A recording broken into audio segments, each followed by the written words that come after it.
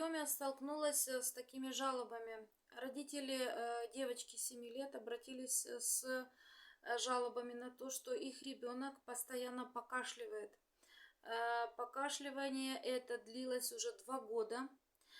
При этом родители прошли консультации всех смежных специалистов. Это аллергологи, это педиатры, это пульмонологи, лор-врачи. Все смотрели ребенка.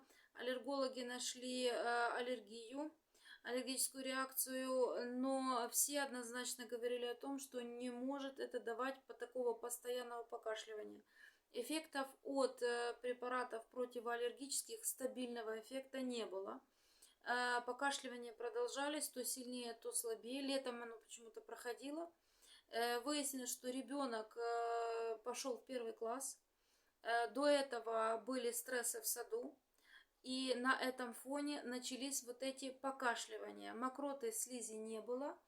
И ребенок кашлял практически постоянно. Только один из педиатров направил ребенка, родителей ребенка и ребенка направили к психиатру за консультацией. Как оказалось, что это невротическое навязчивое покашливание, которое должно быть пролечено врачом-психиатром детским.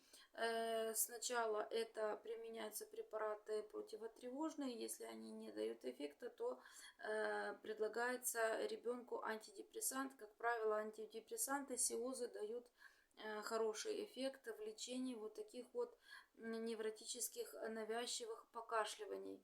Хочу обратить внимание родителей на то, что очень часто у детей тревожные расстройства сопровождаются вот таким вот нервным как бы покашливанием надсадным. При этом нету ни температуры, нету ни выделений каких-либо мокроты или слизи.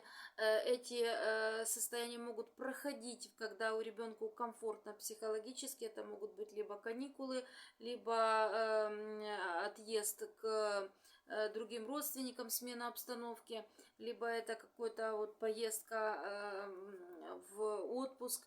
И родители могут отмечать, что надо же, вот это покашливание прекратилось, а так оно постоянное.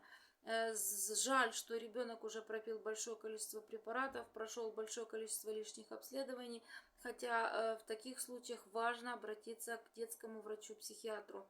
Обращаю внимание родителей, пройдите консультацию детского психиатра, если ваш ребенок слишком долго покашливает, и кашель такой вот характерный, пустой, надсадный, громкий, навязчивый, и ребенок, безусловно, должен быть осмотрен педиатром и аллергологом, там, кому направит педиатр. Дополнительно пройдите консультацию психиатра.